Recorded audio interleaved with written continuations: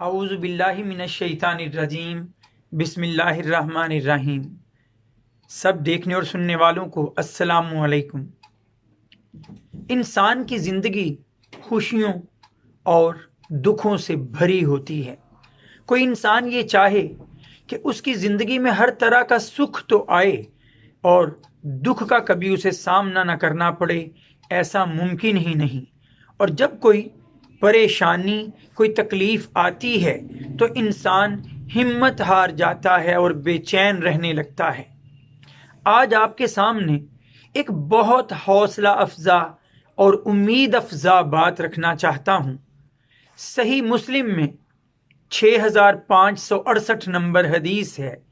حضرت محمد صلی اللہ علیہ وآلہ وسلم نے فرمایا کہ کسی بھی مومن پر جب کوئی تکلیف آتی ہے یا کسی کام کی وجہ سے وہ تھکاوٹ کا شکار ہو جاتا ہے یا کبھی اسے کوئی بیماری لاحق ہو جاتی ہے یا وہ کسی غم میں مبتلا ہوتا ہے، حتیٰ کہ اگر وہ کسی کام کے بارے میں فکر مند بھی رہتا ہے تو ایسے سب معاملات کے ذریعے اللہ تعالیٰ اس کے گناہ مٹا دیتا ہے۔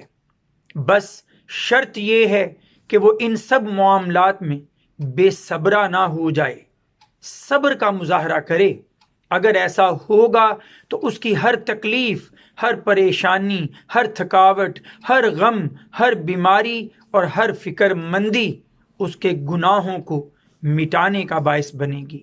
وآخر دعوانا ان الحمد للہ رب العالمین۔ السلام علیکم۔